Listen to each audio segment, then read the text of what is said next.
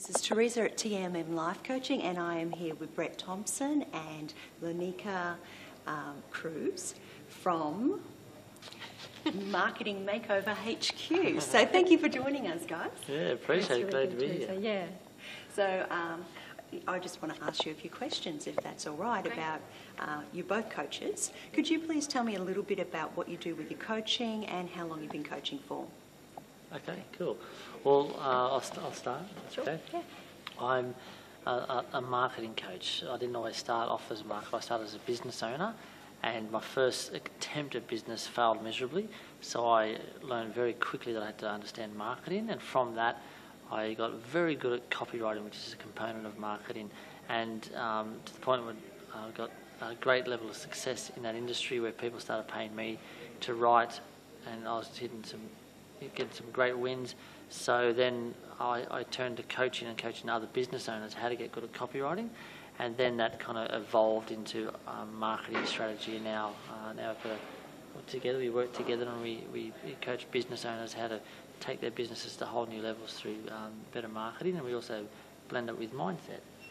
That's right, Teresa. So really for me, my coaching, and the whole journey with metaphysics, I've been in that field for over 25 years, and coaching was kind of more one-on-one for a very long period of time, and now I tend to do a lot more of it through my keynote from stage, so I speak to a lot larger groups, of course, at a time. And so, yes, Bret and I do also work together now, but we also have, again, on our own, do our own coaching business and things like that, again, because they're in different areas. So that's where it came out. So is it 25 years you've been coaching? How long have you been coaching? 25 years I've been in that field, and there was, kind of one-on-one because I was seeing clients, but it wasn't strictly what you would call coaching back then. I mean, coach kind of, we were talking about this the other day, Tony Robbins really kind of coined that phrase, didn't he? Yeah. So it was more consultancy back then, I guess, but it would still fall under that with people coming into the clinic. So, but probably to the extent that I'm doing it now, I would probably frame that more in probably the last. It's really kicked in for more than about 5 or 6 years. Okay. Yeah. It seems like a beautiful marriage that you have, not just between yourselves personally, but between your businesses. It looks fantastic from the outside. Yeah, absolutely. It's a good blend, isn't it? Yeah, it is. Yeah. So can you tell me, what do you believe around coaching? What do we believe around coaching? I guess for me personally, I think what I found through trial and error is my beliefs around coaching is I've got to be a lot more hard. I'm generally, my personality is the nice kind of guy, but to be a coach, that doesn't wash. If you really want to get results, you've got to make people accountable, and I've had to make a shift with me personally to become more stern and make people more accountable. Okay, because being the nice guy doesn't really help. So that, in my belief in coaching, I've got to be strict, call people on where they're at, and keep them accountable all the way. Yeah. I'd agree with that too. I think that's true. We do need accountability, and it's really important. And I think that's the difference too, a bit as well with counselling and coaching, because coaching is more about getting people into action and getting that done. So I think it is important, because otherwise too, you're not doing the person any favour, and they're not really making a breakthrough, because it's more just a case of you kind of doing the repetitive thing and just listening and being a kind ear perhaps, but that's not really what coaching's about. So definitely, yeah. Absolutely. It's really what people need. That's right. That's right. And what they really want when they do come to you, that's ultimately what they want, right? Like that we all do, is the breakthrough and to actually see results and change. And it only happens if we start to take the steps. So it is good. Yeah, accountability is very important. Exactly right. Yeah. So let me just ask, what are your beliefs around change? Like, change is such a big thing for so many people. What's your perspective on it? Well, me personally, I believe that change is very hard if it's forced. It has to come from within. I mean, to try and anyone who's got kids who know what I'm talking about, right? You talk till the talk a leg off a chair, I suppose, and trying to change someone, but you have to. That's not going to happen until they come to you and they're ready for change. So that's something that I've changed, and then we actually filter people. People might come to us because they've seen our success and the credibility we have in the market, but we have a very strict criteria and filter, because we've got to find out if they're really ready, because if they're not, then it's going to be uphill for us, right? And if it doesn't work, then they're going to point to the coach. So we make life a lot easier for us. We find out if they're ready, and then if they are, then we move forward. That's true. I was going to add something to that about with change as well. Is sometimes when people come in and they say they really do believe they want change, they're really being honest about it. But often when they come in and you start to have a little bit of it, you can coaching with them, you can start to find out that they do have some blockages that need to be worked on first, and they are holding themselves back and kind of tripping themselves up. You know how it is sometimes. Because there's some fear in there maybe about the success that happens after that change. So that's really important to identify too, as well, because sometimes it might seem like people just aren't doing the work. But often there are hidden blocks that are beneath what a client might first present with. So we do that too. We can often get through that as well. And I imagine that's very common. Very common, yeah. I think it's just so common for so many of us. Yeah. And so with so many people being so busy in the world today, like everybody is racing around to make the almighty dollar. And so what are your views on time? Okay.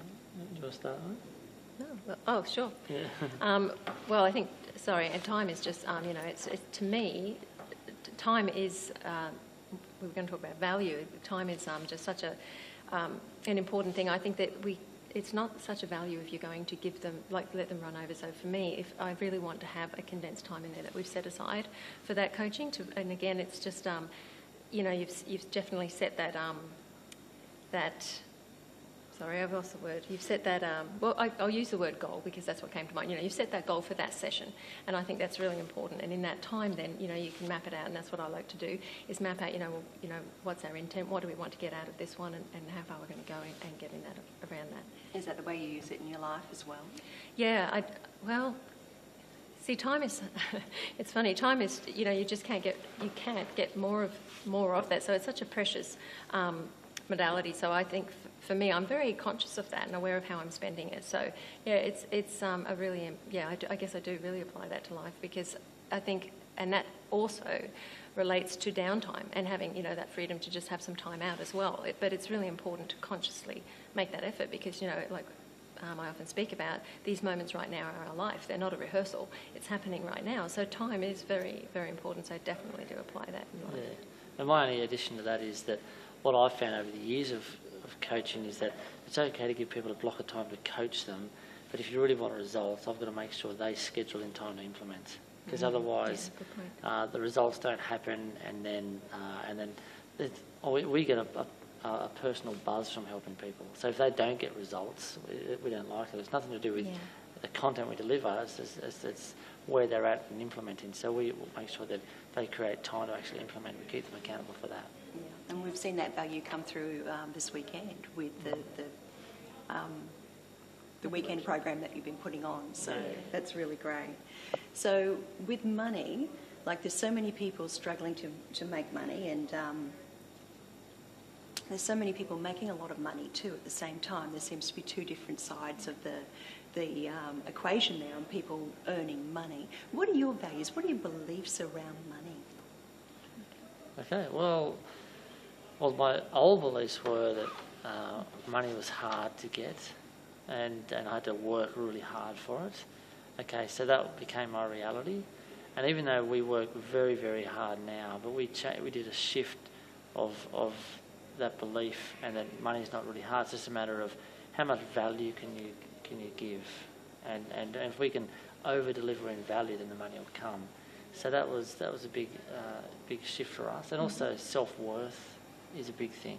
And I know we've had many chats, even with myself, with the prices I was charging, and even Lyninka kind of pulled me into line and said, "You are worth a whole lot more," and I've had to make different jumps as well. So a lot of it, in our heart, we want to save the world as well, but you got to still got to make money. You can help more people with making money, and people value it as well if they pay.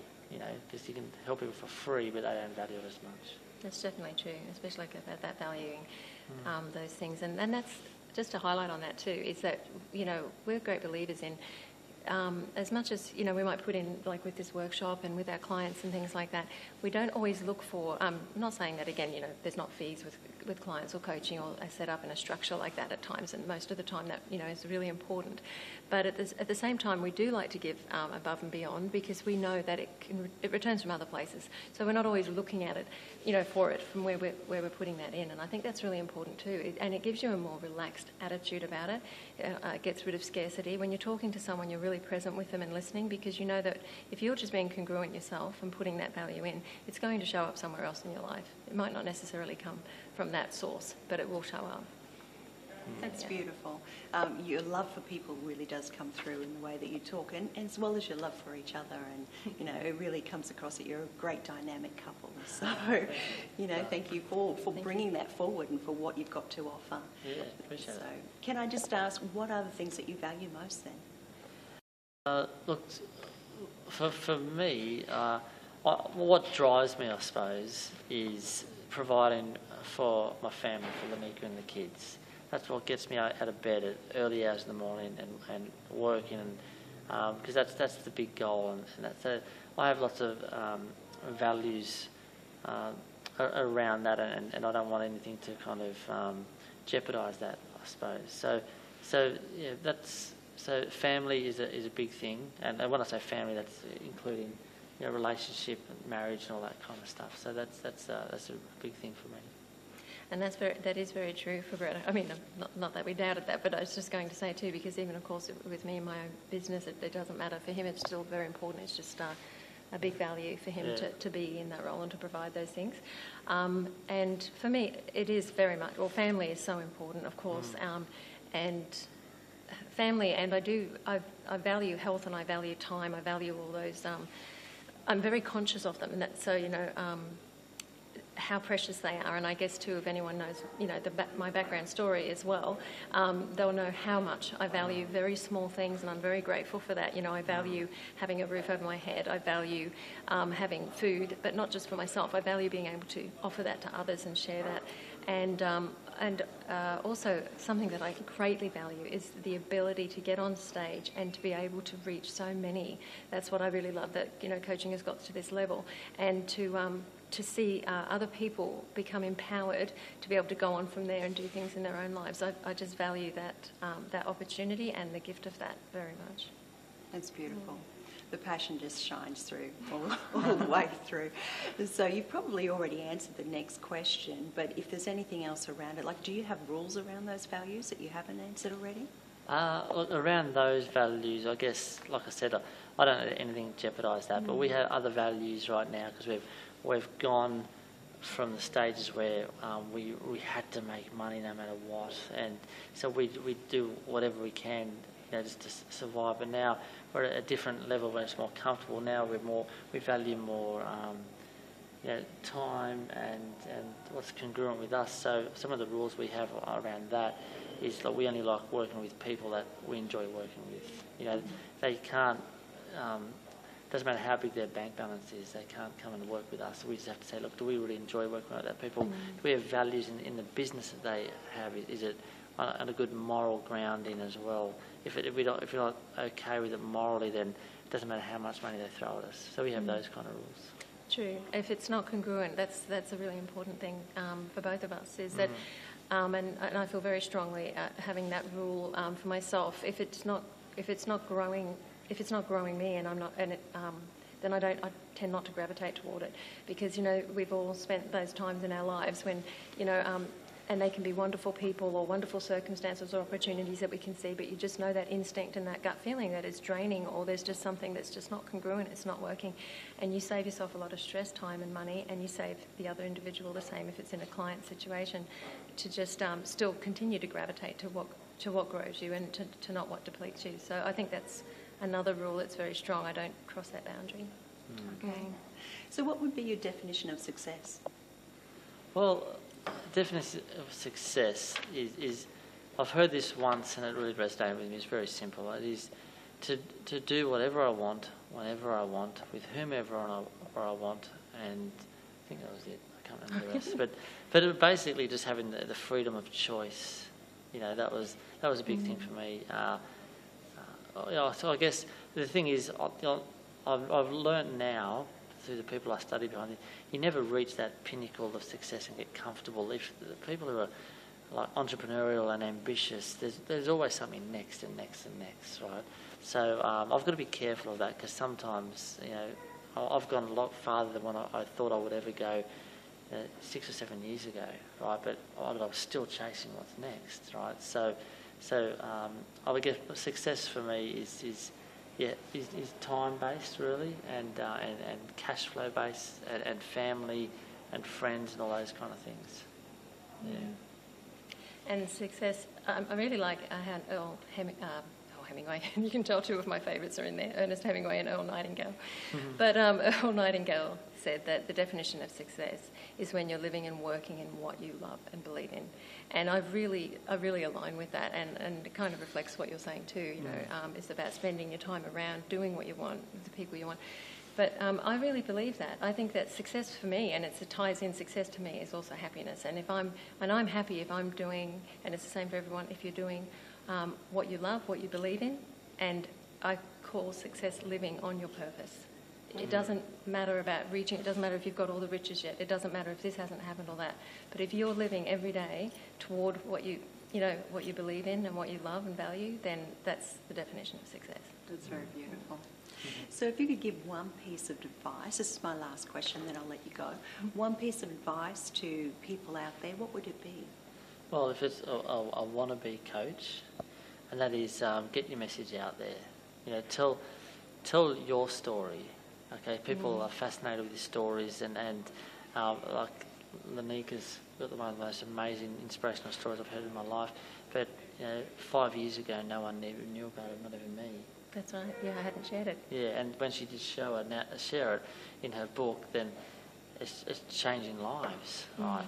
And there's so many untold stories, and people should never compare their story to other amazing stories like Lyninka's, for instance, because your story will resonate with a certain amount of people who are right there and then. So if you're coaching, you've obviously got that nature where you want to help people and serve people and tell people why, and share your passion and tell your story, and just manage your daily emotions and get out there and do it. That's really awesome advice.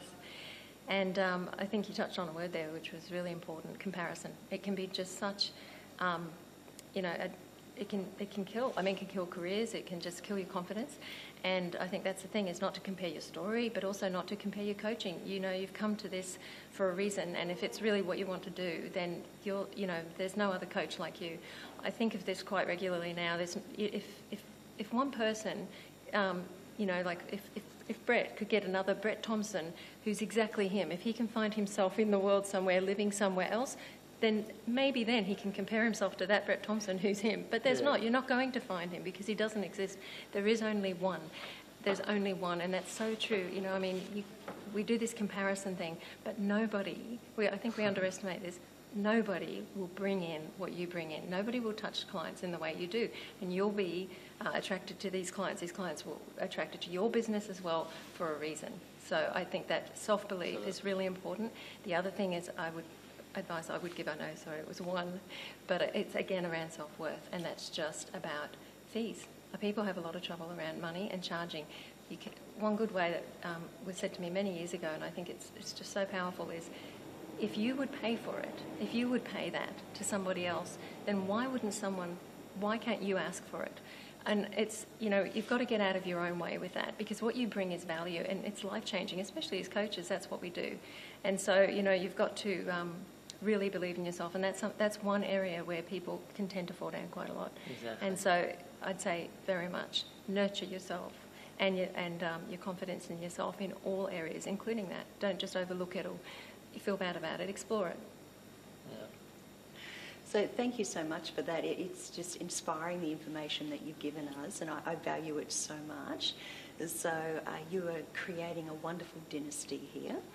So, and it is beautiful to have a role in that, even if it's only for 10 minutes at the moment and a part of the weekend. So I thank you for that opportunity and for giving us your time too to be able to answer these questions.